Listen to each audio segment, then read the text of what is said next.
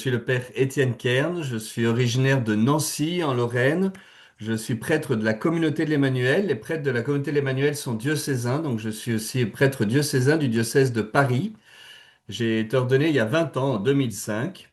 Après un premier temps de mission à Asnières et Bois-Colombes, en région parisienne, j'ai été pendant 6 ans curé à Salvador de Bahia, au Brésil. Avant de revenir, j'ai fait 6 mois sabbatiques à Nazareth en 2018, avant d'arriver curé à Aix-en-Provence en septembre 2018. Voilà. Et au bout de 4 ans, 2022, donc c'est ma quatrième année, maintenant je suis recteur du sanctuaire de Paray-le-Monial, le sanctuaire du Cœur de Jésus. L'enseignement de ce soir, chers frères et sœurs, c'est vivre dans la confiance au quotidien. Donc, je voudrais vous parler de la confiance en nous laissant éclairer par la parole de Dieu, qui dans la deuxième épître à Timothée nous dit, si nous manquons de foi, lui reste fidèle à sa parole, car il ne peut se rejeter lui-même. Finalement, une belle parole qui nous parle de la miséricorde divine, de la confiance en la miséricorde de Dieu qui est plus grand que notre cœur. Alors, pour évoquer la question de la confiance, je vais procéder en 3 temps. Tout d'abord, je vais essayer d'identifier quelques obstacles à la confiance dans notre vie et aussi quelles en sont les causes. Ensuite, je viendrai à dire qu'est-ce que la confiance en parlant de la double confiance, la confiance en la miséricorde et la confiance en la providence divine. Et puis, dans un troisième temps, comment grandir dans la confiance au quotidien. Voilà, en donnant quelques indications concrètes, je l'espère. Et puis ensuite, il y aura au bout de 3 quarts d'heure, donc la fin de mon enseignement, peut-être sera plus rapide, je ne sais pas. Et ce sera pour vous l'occasion de poser des questions. Alors tout d'abord, eh bien, nous sommes appelés à la confiance et nous aspirons à cela.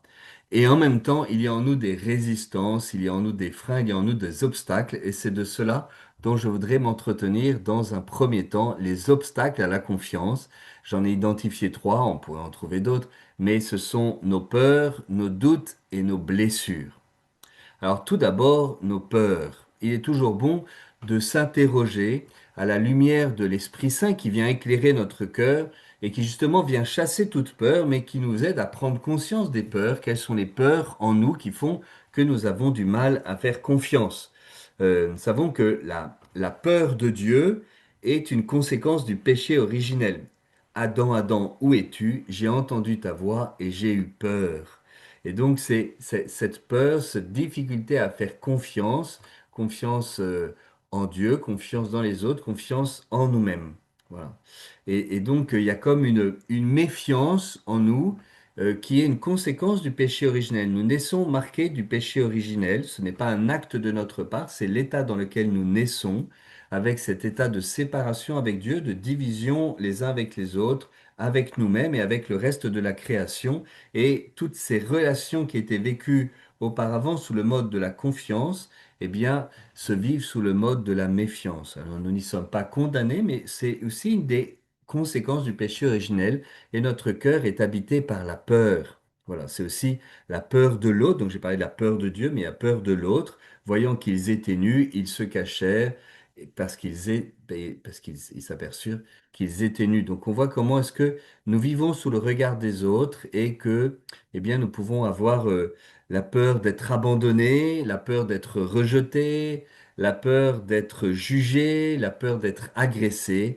Voilà, nous sommes marqués par un certain nombre de peurs qui sont aussi les conséquences de nos expériences qui ont pu être douloureuses dans notre vie. Et se dire, première question, mais quelles sont les peurs qui m'habitent et qui font qu'il m'est difficile de faire confiance? C'est également nos doutes. Les doutes parce que faire confiance, cela demande de notre part de la foi et que notre foi peut être fragilisée par les doutes parce que notre foi n'est pas évidente. Elle est certaine, mais ce n'est pas évident. Peut-être avons-nous vécu un moment de notre vie où les affirmations de la foi étaient certaines et évidentes. Il était évident que Dieu existait, que Dieu était bon, que Dieu avait vaincu la mort, que la mort n'avait pas le dernier mot et que Dieu est le maître de la vie et de la mort qui nous prend dans sa main, qui nous garde, qui nous protège et qui nous pardonne de nos péchés. Tout cela nous était évident. Il y a pu se passer un certain nombre de choses dans nos vies qui fait que, à cette évidence, a succédé un certain doute. Voilà. Alors, cela peut nous troubler intérieurement. Et parce que, oui, encore quelqu'un que j'ai rencontré hier et qui disait, mais en fait, il y a en moi, vu ce que j'ai vécu, eh bien, il ne m'est plus possible de faire confiance en Dieu. Il y a un moment, il m'a lâché. Voilà. Et donc, est-il vraiment bon? Est-ce que je peux véritablement lui faire confiance? Je reviendrai sur la question de ces moments un peu dramatiques, dans lesquels nous pouvons, parfois passer au cours de nos vies. Et puis ces doutes, eh bien, ils sont aussi le résultat de déception, d'expériences de déception, déception des autres, et les autres nous déçoivent.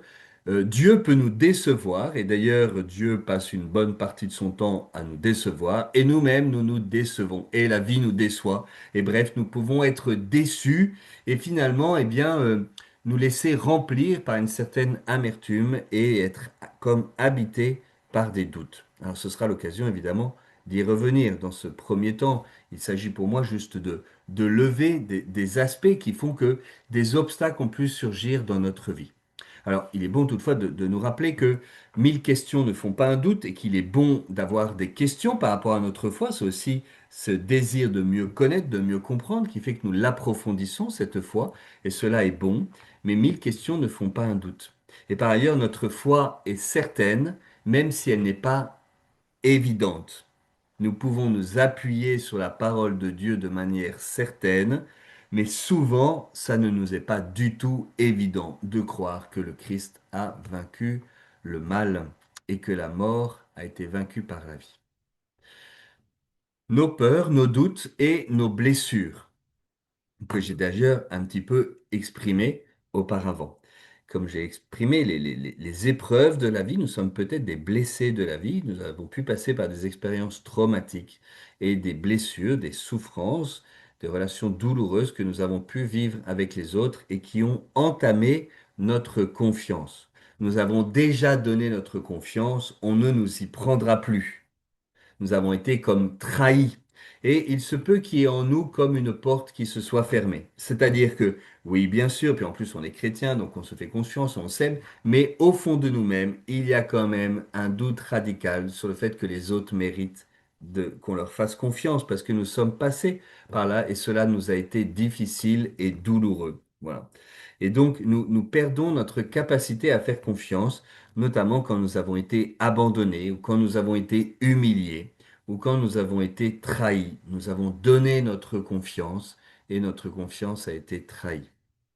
Oui, on pourrait dire aussi que peut-être c'est un peu inhérent à la croissance de l'être humain, le petit enfant qui a 3 ans et qui crie Papa, papa, je suis sur le mur, est-ce que tu veux bien me recevoir dans tes bras? Et hop, en fait, il lui pose même pas la question et il lui saute dans les bras sans même se préoccuper pour savoir si son père va le recevoir.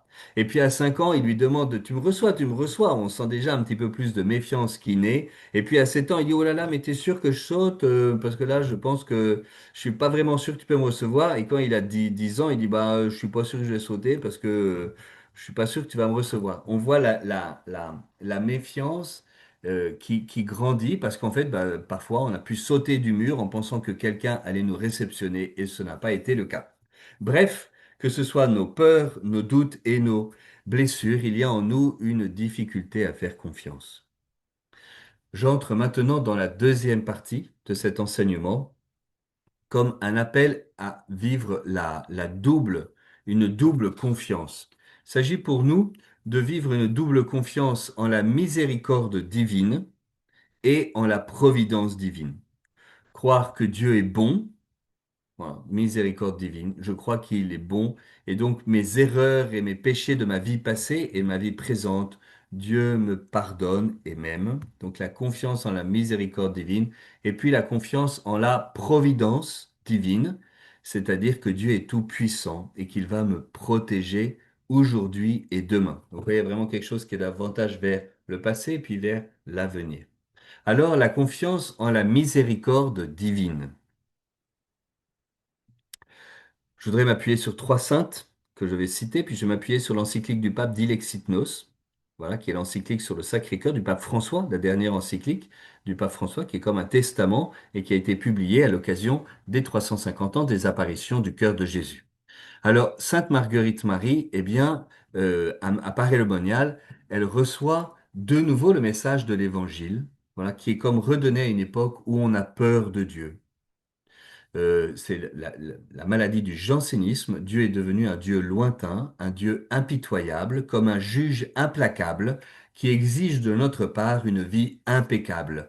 Et donc, à la force du poignet, je vais tenter de mener une vie morale impeccable, alors qu'en fait, je n'y arrive pas.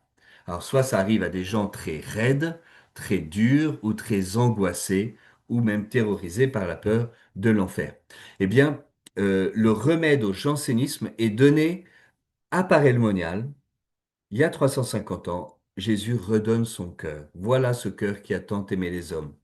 Mon divin cœur est si passionné d'amour pour tous les hommes et pour toi en particulier. Nous pouvons faire confiance que Dieu nous aime parce que son amour ne dépend pas de nous, il dépend de lui. Ce qui dépend de nous, c'est d'accueillir cet amour et d'y répondre.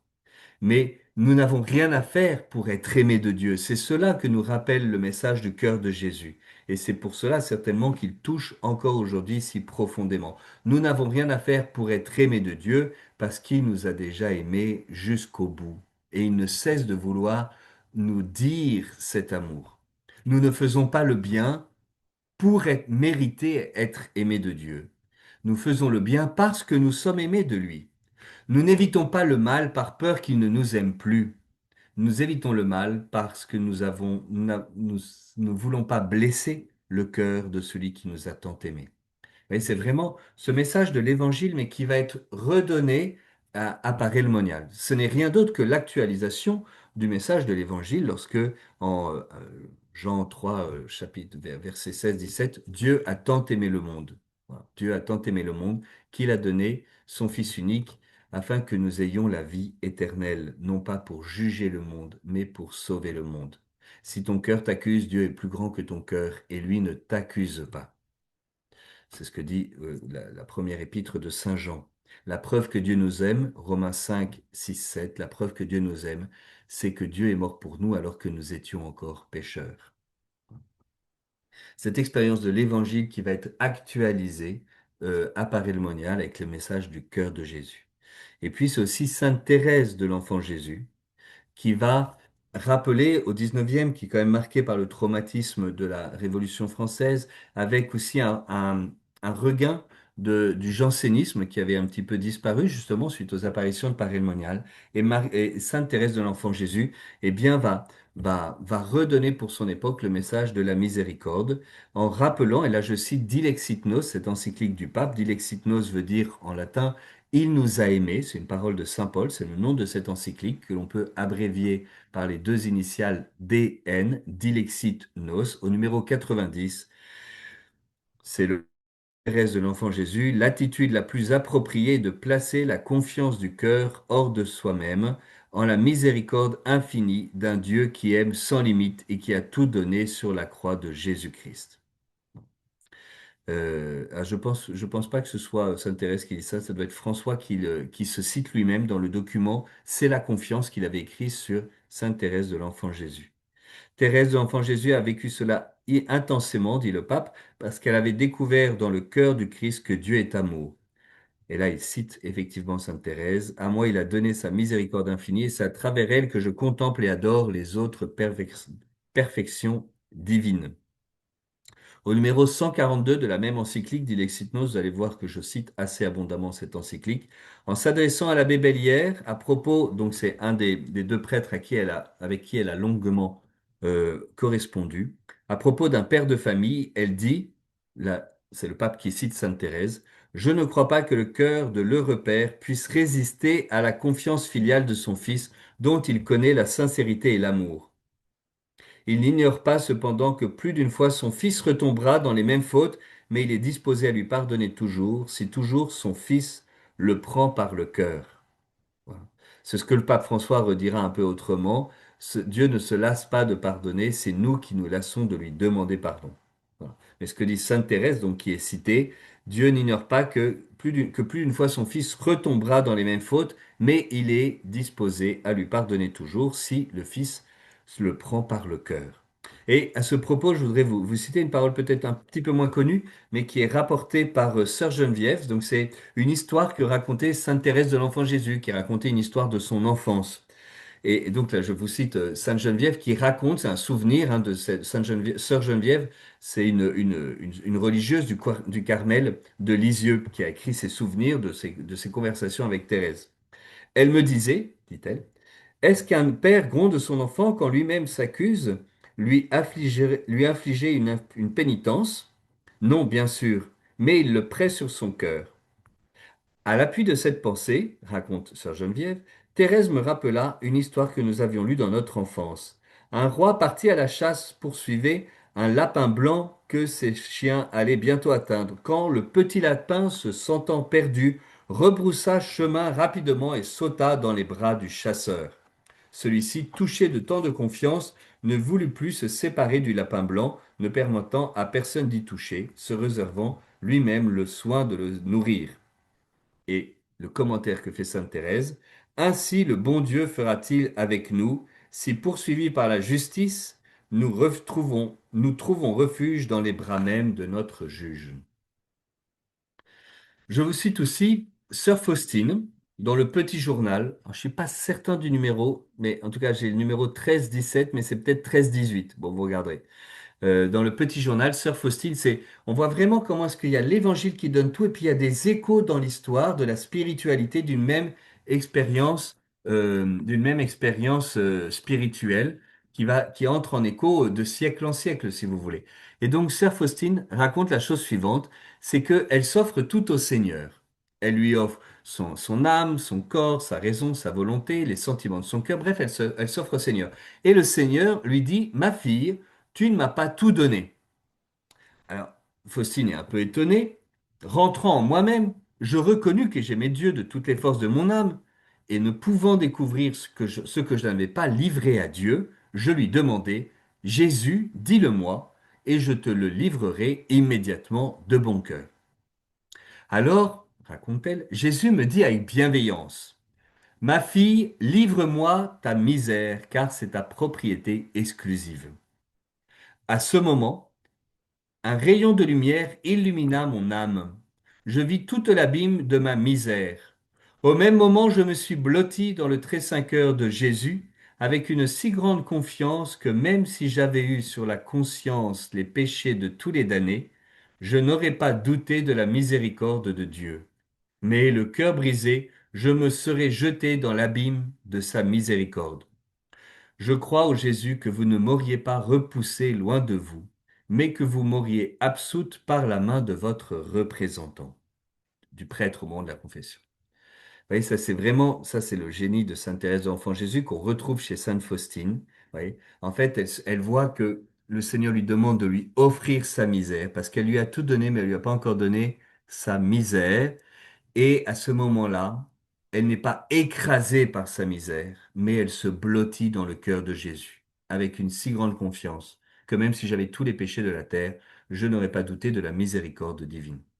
Et me revient en vous parlant cet épisode, un moment de Sœur Faustine qui pour moi est très éclairante, c'est que Dieu lui demande quelque chose. Je n'entre pas dans tous les détails, mais Sainte Marguerite Marie raconte, euh, je lui montrai mon impuissance. Ah, c'est magnifique ça. Elle ne s'en attriste pas. Elle a conscience de son impuissance, mais je lui montrai mon impuissance. Alors, raconte-t-elle, Jésus ouvre son cœur, en sort une flamme qui lui met dans la poitrine, en lui disant, voilà de quoi suppléer à ce qui te manque. Puis il me dit, n'aie pas peur, écoute, n'aie pas peur, je serai toujours avec toi, écoute mes paroles et fais ce que je te dis. Vous avez là comme un résumé de l'attitude devant Dieu quand on prend conscience de notre impuissance et de notre capacité, de ne pas nous en désespérer, ne pas nous en attrister, mais d'entrer dans la confiance.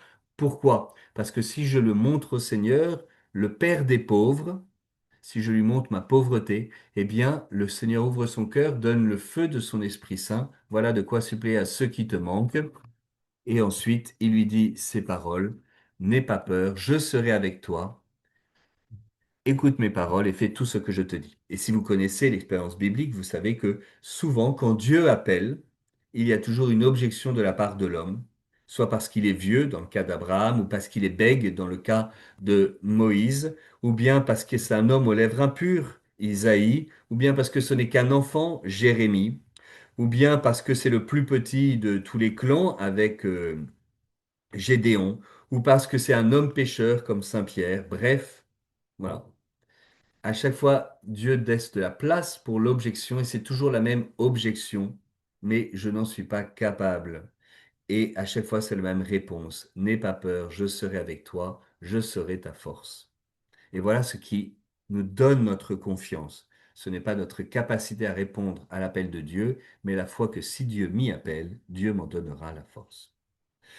J'ai parlé de la confiance en la miséricorde divine. Il me semble important maintenant d'évoquer la confiance en la providence divine. Pas exactement la même chose. C'est pas seulement Dieu qui me pardonne de mes fautes et qui m'appelle alors même que je suis petit, mais c'est Dieu qui prend soin de moi alors même que je ne le vois pas. Et là, je voudrais de nouveau citer, me mettre à l'école de Sainte Thérèse de l'Enfant Jésus. Je reviens à Dilexit Nos, au numéro 138.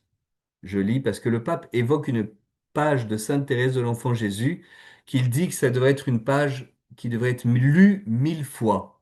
Et que c'est pour avoir écrit ce que je vais vous dire dans quelques instants que Sainte Thérèse est devenue docteur de l'Église. Vous voyez, il y a vraiment quelque chose de très important. Et dans cette encyclique Dilexit Nos, de nouveau, le pape François reprend les intuitions fondamentales de son document sur la confiance qu'il avait écrit à l'occasion du centenaire de la canonisation de Sainte Thérèse, je crois.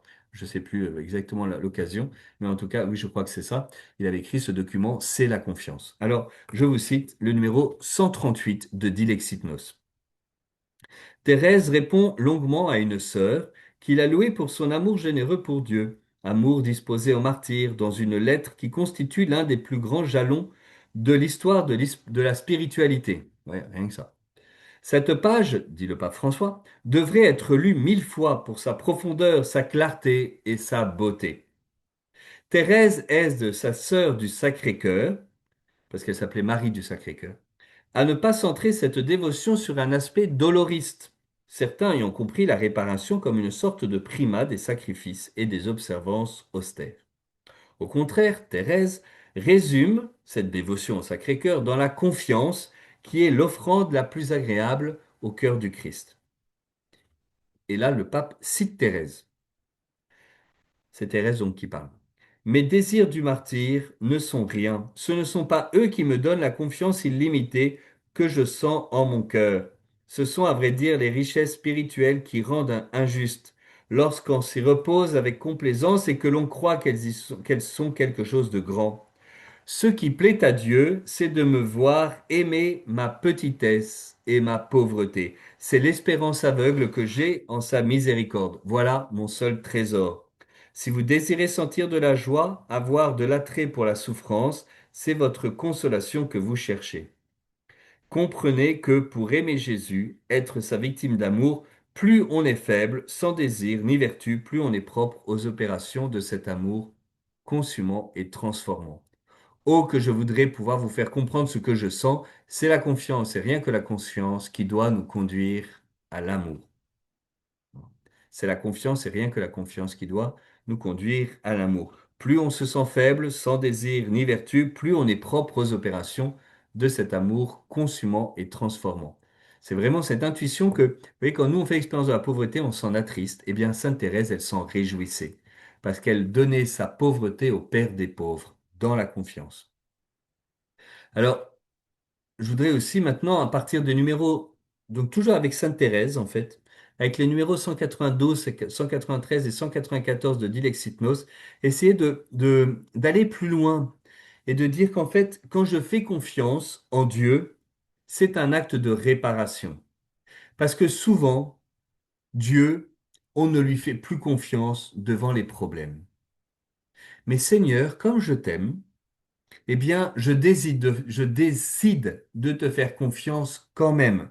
Alors même que les autres ne te font plus confiance, moi je désire te faire confiance quand même. Ensuite, je vais lire Dilexit Nos, mais c'est pour expliquer, vous voyez, parfois, vous voyez, on passe par des épreuves terribles. Vous voyez, par exemple, moi, je me souviens, quand j'étais à Nières et Bois-Colombes, on avait prié pour la guérison d'une petite fille qui était malade et qui est morte à l'âge de 8 ans. Et en fait, les gens avaient passé des semaines à prier pour que cette petite fille guérisse et elle est morte. Eh bien, c'est à ce moment-là que je peux réparer par ma confiance tous les manques de confiance. Toutes les fois, on dit à Dieu, bah, Seigneur, moi, tu m'as déçu, alors je ne te fais plus confiance. Mais je vais décider de faire confiance malgré tout pour réparer par ma confiance les manques de confiance. Lorsque je demande la guérison et que je ne l'obtiens pas, lorsque je demande l'obtention de mes papiers ou bien l'obtention d'un diplôme ou de mon permis de conduire, lorsque je demande que mon enfant retrouve la foi ou sorte de la drogue, lorsque je demande que mon couple soit sauvé, que nous ne divorcions pas et que les événements apparemment me donne tort et me laisse à penser que Dieu n'a pas agi selon ce qui me semblait bon, c'est à ce moment-là où je peux décider de faire confiance quand même. Et cette confiance, j'allais dire aveugle, qui ne s'appuie pas sur l'observation de fondement à cette confiance, mais alors même qu'il n'y a plus aucun motif de faire confiance, je continue de faire confiance parce que Dieu est Dieu, que Dieu est bon, et je le crois, comme Marie qui, au pied de la croix, reste debout dans la foi et dans l'espérance. Vous voyez, il y a là quelque chose de très puissant. Alors, pour comprendre ça, et c'est ce que dit le pape François, en fait, il explique au numéro 192, Dieu a voulu se limiter de quelques matières. Et beaucoup de choses que nous considérons mauvaises, dangereuses ou sources de souffrance font en réalité partie des douleurs de l'enfantement qui nous stimulent à collaborer avec le Créateur. Notre coopération peut permettre à la puissance et à l'amour de Dieu de se répandre dans nos vies et dans le monde, tandis que le rejet et l'indifférence peuvent l'empêcher. Ouais.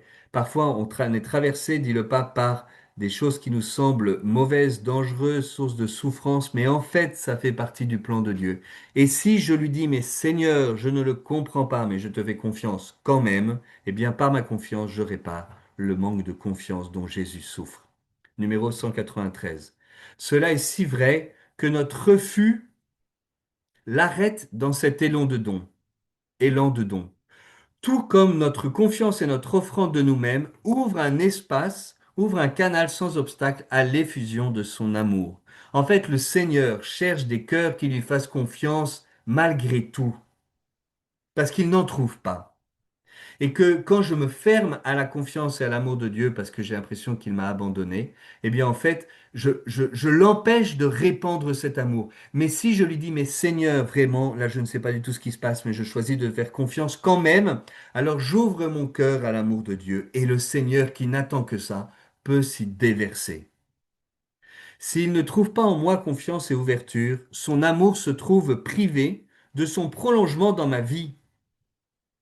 Cela ne vient pas d'une faiblesse de sa part, mais de son infinie liberté, de sa puissance paradoxale, de la perfection de son amour pour chacun de nous. Et le Seigneur, en fait, conditionne le don de son amour à notre volonté de l'accepter effectivement. Dieu ne veut pas s'imposer. Il ne veut pas nous montrer, malgré nous, qu'il a raison. Il attend que nous lui fassions confiance pour cela. Et parfois, c'est crucifiant, et parfois, nous en mourrons intérieurement. Mais l'espérance ne déçoit pas. Numéro 194.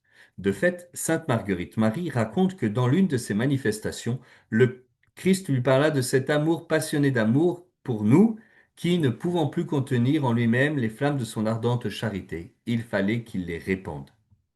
Puisque le Seigneur Tout-Puissant, dans sa volonté divine, a voulu avoir besoin de nous, la réparation se comprend comme une libération des obstacles que nous mettons à l'expansion de son amour. Donc, au lieu de mettre des obstacles et des conditions pour accueillir son amour, alors je vais m'ouvrir à lui et je lui donne la possibilité, par ma confiance, que son amour se déverse dans le monde. Comment grandir dans la confiance? C'est la troisième partie. Je vous rappelle que les deux premières parties, c'était les obstacles à la confiance. Ensuite, qu'est-ce que la confiance? Et maintenant, comment grandir dans la confiance? Je vous propose 4 moyens. Le premier, c'est de contempler les gestes et les paroles de Jésus. Le deuxième, c'est contempler le cœur blessé. Le troisième, c'est prier avec notre histoire. Quatrième, c'est de s'appuyer sur des prières. Donc, contempler les gestes et paroles de Jésus, contempler le cœur blessé, prier avec notre histoire et des belles prières de confiance. Alors, contempler tout d'abord, premier moyen pour grandir dans la confiance dans cette troisième partie, contempler les gestes et les paroles de Jésus. De nouveau, je vais m'appuyer sur Dilexit Nos. Vous avez compris que, en fait, sur la confiance dans Dilexit Nos. Numéro 37.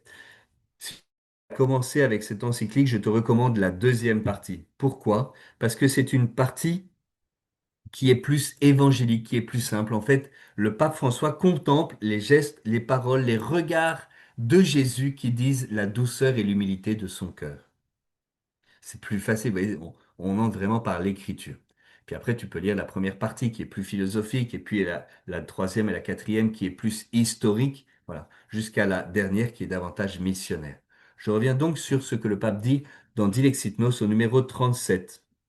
Alors qu'il nous est difficile de faire confiance, du fait que nombre de mensonges, d'agressions et de déceptions nous ont blessés, Jésus nous murmure à l'oreille. Ça, c'est vraiment le pape François. Aie confiance, mon enfant. Matthieu 9,2. Aie confiance, ma fille. Matthieu 9,22. Il nous faut vaincre la peur et réaliser que nous n'avons rien à craindre avec lui. À Pierre qui perd confiance, Jésus tend la main. Il le saisit en lui disant, pourquoi as-tu douté? Matthieu 14,31. N'aie pas peur. Laisse-le s'approcher de toi, laisse-le se mettre à côté de toi. Nous pouvons douter de beaucoup de monde, mais pas de lui. Et ça, c'est numéro 37, c'est vraiment, c'est tout simple, mais vous voyez, c'est vraiment le pape François qui nous donne cet héritage-là de la confiance, à l'école de la contemplation évangélique. Ça, c'est vraiment la confiance dans les autres et la confiance en Dieu. Voilà. Tu peux douter de beaucoup de monde, mais pas de Jésus. Et puis, un peu plus loin, la confiance en la miséricorde, donc le pape continue. Ne t'arrête pas à cause de tes péchés. Rappelle-toi que de nombreux pécheurs se sont mis à table avec Jésus, Matthieu 9, 10, et qu'il n'a pas été scandalisé par aucun d'eux. Les élites religieuses se plaignaient, le traitaient de glouton et d'ivrogne, un ami des publicains et des pécheurs, Matthieu 11, 19. Lorsque les pharisiens critiquaient sa proximité avec les personnes considérées comme de basse condition ou pécheresses, Jésus leur disait, c'est la miséricorde que je veux et non le sacrifice. Oui. Le premier moyen que je vous propose, en fait, c'est la contemplation évangélique. De contempler Jésus dans l'évangile, ses regards, ses paroles, ses gestes, ses attitudes, et d'entrer dans la confiance en contemplant comment Jésus invite à la confiance et mérite confiance. Je voudrais maintenant passer au deuxième point, contempler le cœur blessé. Vous connaissez hein, cet épisode du cœur blessé. Quand ils arrivèrent à Jésus, voyant qu'il était déjà mort, ils ne lui brisèrent pas les jambes, mais un des soldats de sa lance lui perça les côtés, et aussitôt il en sortit du sang et de l'eau. Et ensuite, Saint Jean invite à s'arrêter et à contempler. Celui qui a témoigné sait que son témoignage est véridique. Comme dit l'Écriture, de son sein jailliront des fleuves d'eau vive. Comme dit l'Écriture, pardon, ils contempleront celui qu'ils ont transpercé. Et nous sommes nous aussi appelés à contempler celui que nous avons transpercé. Alors, en quoi est-ce que cette contemplation du cœur transpercé peut être pour nous source de confiance? Eh bien, pour moi, c'est le mot aussitôt, pour 2 raisons. C'est que le soldat perce le cœur, c'est un geste de haine, un geste de cruauté sur un homme mort, donc c'est la mort dans la mort. Vous voyez, il n'y a pas de plus grand acte humain contre Dieu. Et aussitôt, il en sortit du sang et de l'eau. Dieu est vainqueur du mal par le bien. Et c'est en même temps, le cœur transpercé, c'est en même temps la haine de l'homme contre Dieu et la plus grande déclaration d'amour de Dieu pour l'homme. Il y a ce qui s'impose à moi visiblement, et il y a l'invisible, qui est l'amour de Dieu et la fidélité de Dieu. Parce que cette eau qui jaillit, en fait, c'est l'Esprit Saint qui annonce la victoire du ressuscité. Et c'est ça qui est incroyable, c'est que c'est aussitôt, c'est en même temps, c'est indissociable. Ce qui me semble m'écraser et mettre un terme à mon espérance, en fait, c'est à ce moment-là que le Seigneur me révèle le plus son amour, sa miséricorde et combien il est digne de confiance. C'est aussitôt, en même temps, c'est la coïncidence. Et cela nous ouvre un regard d'espérance et de confiance sur le monde et sur nous-mêmes. Je voudrais aussi euh, commenter ce aussitôt en disant que, vous voyez, un mot, quand il est rare dans l'Évangile, il a du sens, il est significatif. Aussitôt, dans l'Évangile selon saint Marc, n'est pas significatif. Il apparaît plus de 40 ou 50 fois. C'est comme un espèce de bégaiement. C'est un tic de langage chez saint Marc. Mais chez saint Jean, c'est un mot qui est rare. C'est un qui est très, très rare. Il apparaît que 3 fois ce mot aussitôt. Et en fait, ce qui est intéressant, c'est que sur les 3 fois, il y a celui donc de Saint Jean, il sortit aussitôt du sang et de l'eau, mais il y a aussi quelqu'un d'autre qui sort aussitôt, un peu plus tôt dans l'évangile selon Saint Jean. Non seulement le mot est rare, mais il est assorti du même verbe. Il sortit aussitôt du sang et de l'eau. Mais qui est sorti aussitôt? C'est Judas. Judas, en Jean 13, verset 30, Jésus lui dit, ce que tu as à faire, fais-le vite. Et Judas se leva et il sortit aussitôt. Il faisait nuit. Alors, en quoi est-ce que c'est éclairant? En quoi est-ce que c'est une source de confiance? Ça veut dire que la réponse à Judas qui le livre, c'est Jésus qui donne son cœur. La réponse à Judas qui sort aussitôt, c'est Jésus qui laisse jaillir aussitôt le sang et l'eau. Et vous voyez, les hommes ne peuvent pas mettre Dieu en échec. Et nos blessures peuvent trouver en lui la guérison. C'est par ces blessures que nous sommes guéris. C'est ce que disent les chrétiens en 1 Pierre 2, 24. 1 Pierre 2, 24. C'est par ces blessures que nous sommes guéris. Et Saint Pierre cite Isaïe au chapitre 53, le serviteur souffrant. C'est par ces blessures que nous sommes guéris. J'approche mes plaies de ces plaies et j'y trouve la guérison. Ces guérisons ne sont pas source ces blessures ne sont pas source de mort, elles sont source de vie. Et ainsi, nous pouvons contempler le cœur du Christ. C'est ce que dit le pape François dans Dilexit Nos 161. Nous sommes consolés dans cette contemplation du cœur du Christ donné jusqu'au bout. Dilexit Nos 161. La douleur que nous ressentons dans notre cœur cède la place à une confiance totale. Et il ne reste à la fin que de la gratitude, de la tendresse, de la paix, son amour régnant dans notre vie. La componction, la componction, c'est la tristesse devant le mal que l'on a pu faire. La componction ne provoque pas d'angoisse, mais soulage l'âme de ses fardeaux parce qu'elle agit dans la blessure du péché en nous disposant à recevoir la caresse du Seigneur. Ça, c'est vraiment François, hein. C'est vraiment ouais, c'est accueillir la caresse du Seigneur, el cariño en espagnol, le soin, oui, c'est la tendresse, le câlin du Seigneur. Notre souffrance s'unit à celle du Christ sur la croix car affirmer que la grâce permet de surmonter toutes les distances, c'est affirmer aussi que le Christ, lorsqu'il souffrait, s'unissait aux souffrances de ses disciples. Donc quand je souffre, je suis uni à la souffrance de Jésus. Lorsque nous souffrons, nous pouvons éprouver la consolation intérieure de savoir que le Christ lui-même souffre avec nous. Je répète cette phrase. Lorsque nous souffrons, nous pouvons éprouver la consolation intérieure de savoir que le Christ souffre avec nous. Désireux de le consoler, nous en sortons consolés. Ça, c'est vraiment extraordinaire. En consolant Jésus, je suis consolé par Jésus. En contemplant le cœur transpercé, je trouve la guérison. Troisième moyen, prier avec notre histoire. Le pape François est souvent revenu là-dessus et j'en ai déjà un petit peu parlé en fait, mais parfois il y a des nœuds dans notre histoire et nous n'arrivons pas à vivre l'étape suivante de notre vie parce que nous sommes bloqués par rapport à ce qui s'est passé. Le pape François nous invite à prier avec notre histoire en nous disant que notre histoire n'est pas une succession d'événements anarchiques, mais il compose une cohérence, une histoire sainte, l'histoire d'une alliance entre Dieu et moi. Et en priant avec mon histoire, je vais apprendre à me réconcilier avec mon histoire et avec Dieu, maître de l'histoire, et avec moi, qui suis le fruit de cette histoire. Et donc, je t'inviterai à prier sur ce qui s'est passé, où tu as crié vers Dieu et tu as eu l'impression qu'il n'était pas là, et à dialoguer comme Marie qui gardait toutes ces choses dans son cœur, dit l'Exit-Nos chapitre 19, numéro 19, où le pape François nous met à l'école de Marie qui gardait toutes ces choses dans son cœur, soit pour les événements heureux après les bergers, soit les événements douloureux, comme la, la perte de Jésus au temple à l'âge de 12 ans. Et le pape François dit, c'est ce que l'Évangile exprime avec Marie qui regardait avec le cœur. Elle savait dialoguer avec les expériences conservées en y réfléchissant dans son cœur, un dialogue intérieur, en leur donnant du temps. Ça prend du temps. En leur donnant du temps, les méditant, les conservant intérieurement dans l'Évangile.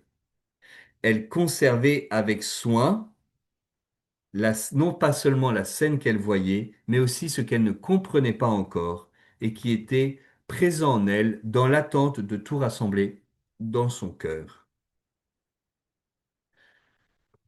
Et vous voyez, parfois, il y a vraiment des événements qui nous sont restés sur le ventre, en fait. Eh bien, nous pouvons en parler avec le Seigneur et prier avec lui. Et si on a besoin de nous mettre en colère contre le Seigneur, eh bien, nous pouvons le faire. Nous avons des psaumes qui nous invitent à cela et qui nous permettent de dire, mon Dieu, pourquoi m'as-tu abandonné?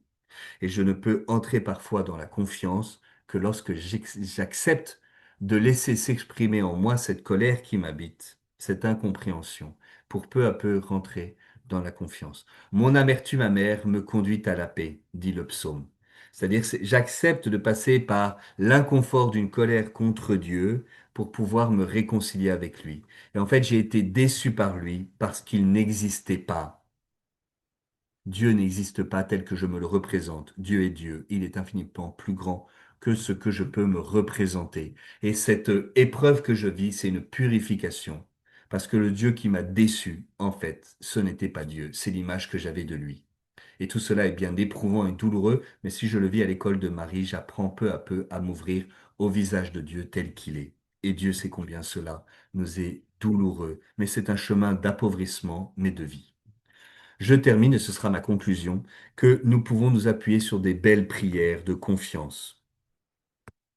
Alors, je m'appuie de nouveau sur Dilexit Nos, numéro 90, la prière, on va dire la plus belle prière au Sacré-Cœur, que selon le pape François, c'est la prière la plus populaire adressée comme une flèche au cœur du Christ dit simplement, j'ai confiance en toi. Aucune autre parole n'est nécessaire. Vous voyez. Bon, et il cite évidemment Sœur Faustine. Alors ça, c'est Dilexit 90. Il parle pas beaucoup de Sœur Faustine dans cette encyclique, mais c'est le moment où il la cite. Voilà. Jésus, j'ai confiance en toi. Voilà. Que ta volonté soit faite. J'ai confiance en toi.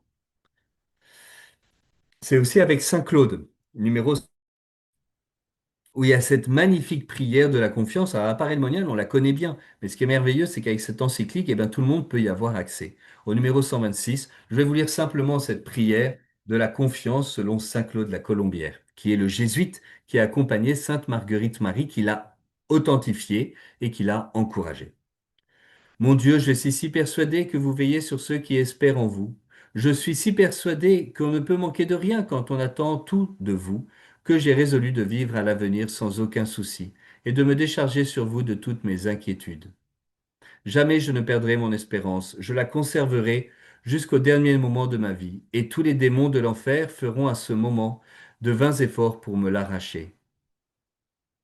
Que les pauvres attendent de leur bonheur ou de leur richesse ou de leur talent, que les autres s'appuient ou sur l'innocence de leur vie ou sur la rigueur de leur pénitence ou sur le nombre de leurs aumônes ou sur la ferveur de leurs prières, pour moi, Seigneur, toute ma confiance, c'est ma confiance même.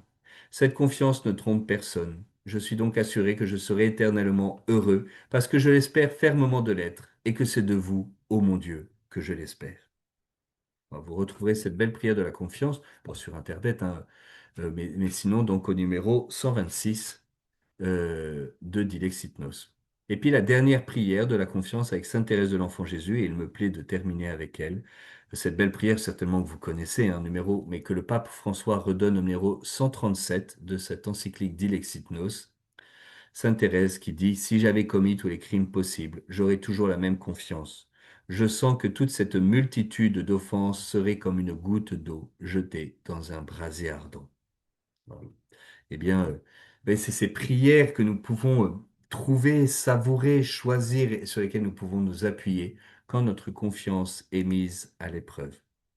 Voilà, pour conclure, eh bien, juste un mot pour dire que la confiance devient missionnaire. Notre confiance devient missionnaire. Et je termine de nouveau avec Dilexipnos, numéro 203. Un cœur humain qui fait place à l'amour du Christ dans une confiance totale et qui lui permet de se déployer dans sa vie par son feu, devient capable d'aimer les autres comme lui, en se faisant petit et proche de tous. Et donc, en fait, faire confiance, l'enjeu, c'est pas seulement pour moi, mais c'est un enjeu missionnaire. Parce que quand je fais confiance, eh bien, je permets à Dieu de toucher les cœurs. Ma confiance devient missionnaire. Et bien que nous puissions nous mettre à l'école du cœur de Jésus pour grandir dans la confiance. Merci pour votre écoute. Est-ce que le manque de confiance veut dire que notre foi n'est pas assez solide? Est-ce que c'est un moyen de tester un peu notre... Alors, si notre manque de confiance provient de nos doutes, eh bien, oui, le doute, c'est une fragilité de la foi. Donc, ma foi est fragilisée par le doute. C'est pas un acte d'amour que de douter de Dieu. Et donc, oui, de ce point de vue-là, le manque de confiance, eh bien, en Dieu, peut provenir effectivement d'un manque de foi. Mais parfois, notre manque de confiance vient aussi que ce qui nous paraissait évident, nous nous apercevons que ça ne l'est peut-être pas tant que ça.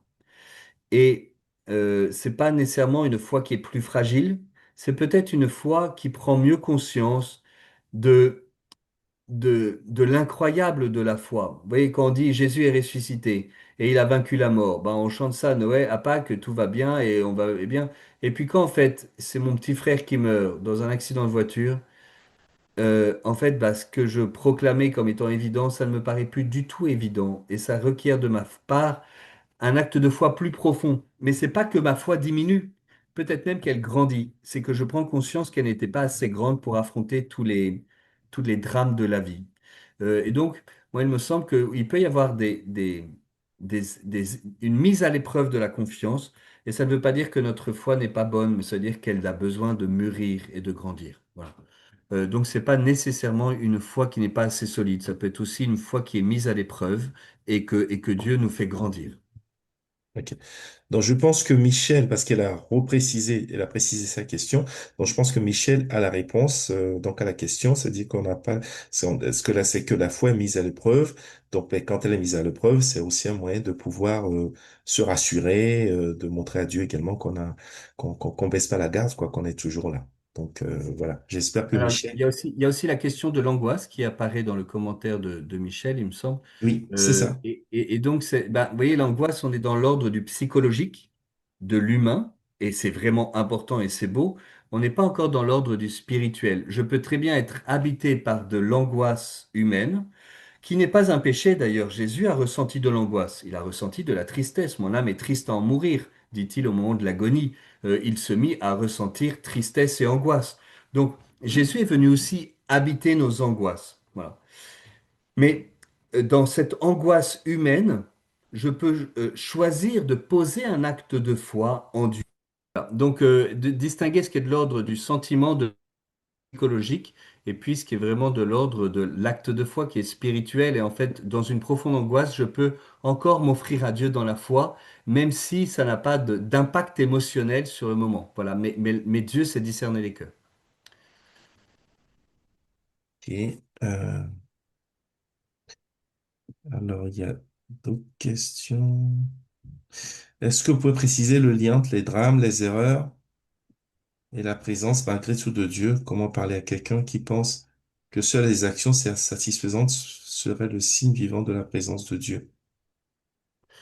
Eh bien, bah, il faut lire l'Écriture, hein, parce que les actions satisfaisantes seraient le signe vivant de la présence de Dieu. Bah, en fait, il y a un moment où Jésus, il a dit, bah, si cette coupe peut s'éloigner de moi, mais qu'il me soit fait selon ta parole, selon ta volonté, et non pas la mienne. Donc, ben, il y a un moment, en fait, Jésus, il n'a pas été exaucé dans sa demande que la coupe de la passion lui soit épargnée. Jésus a prié pour que ça lui soit épargné et il n'a pas été exaucé. Mais en fait, il a été exaucé parce que sa demande, c'était de faire la volonté du Père. Et, et donc, bah, en fait, parfois, Dieu nous répond et il nous répond non. Voilà. Et c'est pas la réponse qu'on aimerait entendre. Parce qu'on lui dit, Seigneur, donne-moi la santé. Et le Seigneur nous répond. Il dit non. Mais la différence entre la demande et l'exigence, c'est pas les mots que tu emploies pour l'exprimer, c'est la manière dont tu réagis quand tu n'obtiens pas ce que tu demandes. Si tu demandes quelque chose avec beaucoup de politesse et tu es en colère quand tu l'obtiens pas, c'est qu'en fait tu l'exigeais. Et tu ne t'adressais pas à l'autre comme en faisant une demande, mais une exigence. Et avec Dieu, non pas comme un fils qui fait confiance en son Père bien-aimé et qui lui présente les choses, mais en fait comme à quelqu'un à qui tu demandes de faire ta volonté. Voilà. Et ça vient démasquer ce qu'il peut y avoir en fait de manque de confiance dans notre prière. Voilà. Alors, il y a Franco qui pose une question. Il demande si nous pensons que Dieu nous a trahis, comment on peut lui faire De nouveau confiance. Alors en fait, je suppose que les personnes parmi nous qui écoutent, en fait, on n'est pas en train de deviser sur la théologie, et on n'est pas en train de faire des grandes considérations. En fait, pour certains d'entre vous, en fait, c'est vraiment quelque chose où vous voyez très bien de quoi on parle, et c'est en fait très douloureux et très compliqué. Ça peut être profondément dramatique. C'est qu'il y a un moment où, où en fait j'ai crié vers Dieu et il ne m'a pas répondu. Il était absent. Je me suis senti abandonné ou trahi. Il y a peut-être certains parmi nous qui ne sont pas passés par ça. Il y en a d'autres qui sont peut-être passés par là. Euh, je crois qu'en fait, Jésus vient aussi habiter ce sentiment-là. Mon Dieu, pourquoi m'as-tu abandonné? Et c'est en contemplant le crucifié et je pense en contemplant le cœur blessé. Je pense que la meilleure réponse, c'est le cœur de Jésus. Parce que, parce que Jésus est trahi par Judas. Et il sait ce que ça veut dire. Il est abandonné par les apôtres, il sait ce que ça veut dire. Il est rejeté par le peuple, il est condamné injustement par Pilate, il est humilié par les soldats. Le Seigneur est venu habiter nos blessures et il sait ce que ça veut dire. Et Jésus même est venu habiter ce sentiment d'être abandonné de Dieu. Alors, en contemplant le cœur blessé, qui devient source de vie, je peux contempler la victoire du Seigneur et que tu ne peux pas laisser ton ami voir la corruption. En fait, Dieu répond. Dieu répond. Dieu est fidèle. Et voilà. Et ça, contempler le cœur blessé, la deuxième piste que je donnerai, c'est de faire mémoire dans votre vie que Dieu a été fidèle et que vous n'avez pas été déçu aussi dans le passé. Enfin, vous voyez, il peut y avoir la mémoire de ce qui est douloureux, mais aussi la mémoire des moments où Dieu a été effectivement présent. Et puis, bah, peut-être, comme je l'ai dit tout à l'heure, c'est que ce Dieu qui m'a déçu, en fait, il m'a déçu parce qu'il n'existe pas. Parce que un Dieu qui fait tout ce que je lui demande, ça n'existe pas. Un Dieu qui va agir de manière magique pour trouver des solutions, ça n'existe pas. Un Dieu qu'on achète par des prières, ça n'existe pas. Dieu est Dieu, et Dieu est Père, et Dieu n'est pas comme nous, et les pensées de Dieu ne sont pas celles des hommes. Et donc, il y a peut-être une chute de Dieu, il y a peut-être une image de Dieu qui doit s'écrouler, et peut-être que Dieu, en fait, doit effectivement nous décevoir. Et quand je le dis un peu vraiment à genoux, parce que je sais que pour certains d'entre nous, c'est vraiment quelque chose de très douloureux. Mais Marie peut nous aider à faire confiance malgré tout, voilà. Et à reconnaître que ce Dieu qui m'a déçu et qui finalement en fait n'existait pas, c'est aussi une opportunité pour découvrir le vrai visage de Dieu, qui vient pleurer à mes côtés et c'est le cœur transpercé. Une autre question d'Anaïs qui dit la foi et la confiance semblent liées. Est-ce que la confiance que nous avons, est-ce que ce ne serait pas une grâce que Dieu nous fait? Alors, bah, c'est sûr que la confiance, c'est un don que Dieu nous fait, et en même temps, c'est un acte de notre part. Donc ça requiert une décision de notre part. Il y a un moment où je décide de me fermer à la confiance. Il y a un moment où je décide de m'ouvrir à la confiance. Et il y a un acte de liberté. Et je peux m'exercer. Et donc, c'est pratiquer la vertu. Voilà. Euh, voilà, je peux décider malgré tout de rechoisir la confiance et de le faire petit à petit et de me réentraîner à faire confiance alors que j'ai perdu cette capacité à faire confiance. Alors la confiance, la foi est plus large que la confiance. La foi, c'est vraiment, je crois en Dieu. Donc c'est Dieu. Donc je crois que Dieu existe. Je crois ce que Dieu me dit et je crois Dieu. Voilà, c'est ça la foi. Et c'est ce je crois Dieu qui prend cette forme de confiance affectueuse. En fait, il voudrait savoir si vous pouvez, en fait, recommander une parole de Dieu, une parole, un texte, quelque chose à méditer, ce soir ou cette semaine, qui pourrait être la prolongation un peu de l'enseignement. Et quelle serait cette parole? Alors j'ai cité plusieurs paroles de l'Écriture. Tout d'abord celle qui était celle du thème du jour. OK.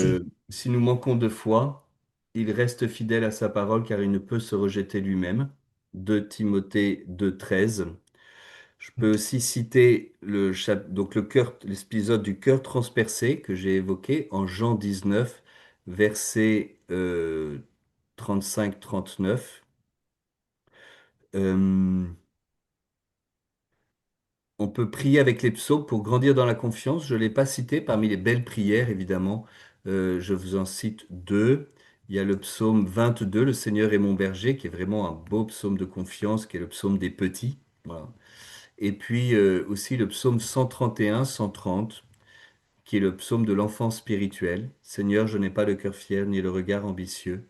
Je ne poursuis ni dessein qui me dépasse, ni merveille qui me dépasse. Non, mais je tiens mon âme égale et silencieuse. Mon âme est en moi comme un enfant, comme un petit enfant contre sa mère. Attends le Seigneur Israël maintenant et à jamais. Et c'est vraiment des psaumes qu'on peut apprendre par cœur et qui peuvent nous aider pour grandir dans la confiance. Est-ce que vous auriez des exemples d'actes de foi pour entrer en oraison? Donc, je viens de citer des psaumes, je pense que pour prier, en tout cas, pour commencer l'oraison, de pouvoir se remettre devant Dieu dans la simplicité du cœur, en lui disant, ma Seigneur, je n'ai pas le cœur fier ni le regard ambitieux, je ne poursuis ni dessein qui me dépeigne, ni merveille qui me dépasse, mais je tiens mon âme égale et silencieuse comme un enfant contre sa mère. Il me semble que c'est une belle prière, en fait, c'est un bel acte de confiance, de simplicité, des tout petits devant Dieu. C'est qu'il y a une personne qui dit que si, comment on peut se confier à quelqu'un qui voit en fait la présence de Dieu que par rapport à des actes concrets. Et donc si cette personne-là ne voit pas les choses comme nous, euh, quelle démarche avoir et comment vous pouvez préciser en fait le lien, ça je comprends pas trop la question, le lien entre les drames, les erreurs.